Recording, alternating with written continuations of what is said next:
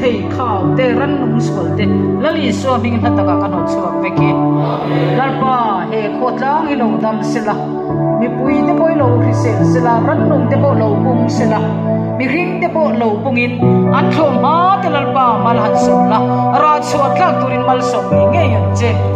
ke matan tia thil pek pe tu zung zung te thu tiam ngai khan toi sik no kha chung chu borin om na tiam tu chuan ane tam takin mal so mang che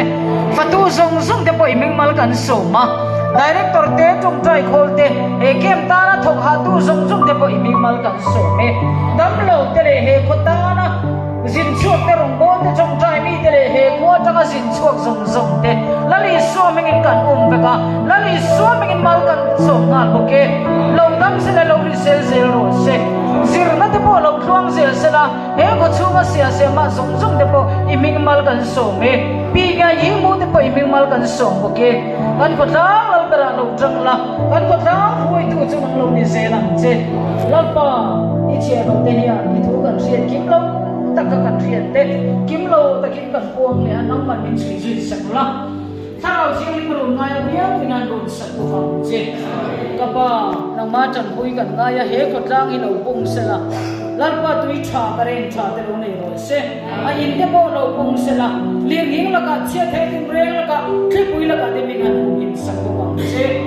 nang ni lalpa ma ngai le lalpa tu te lalpa mal som chung ve se che ro se lalpa me ni chung e ti se la ngai se che ro se lalpa ni lam lo hoi se tham wa na pe che ro se le roi khuang kan bible bi chia la bible sak se ta ta trong trai na le bible le na ke pen ngat ngan ring tu get in lo ni se te na lalpa mal som che ro se ba kai ni che ro te min lam bi kan lo ma e ai na sa so gin min mang se la ta ro che ro ma bia ham lo ko kan che ko chu kan ke par te ka trong le ba thang hian ba so ta te missionary ta te evangelist ta te re thai mai thai te fara te chan pui tu ta te le trong trai te thil pek ti rong mol min ni vek thai na I tu anga I kai roi I suat choi moi tu ni vek thai na I ko chaka ka hlan buke lalpa chung ko khat kan ni lo thi sem nun khat kan ni lo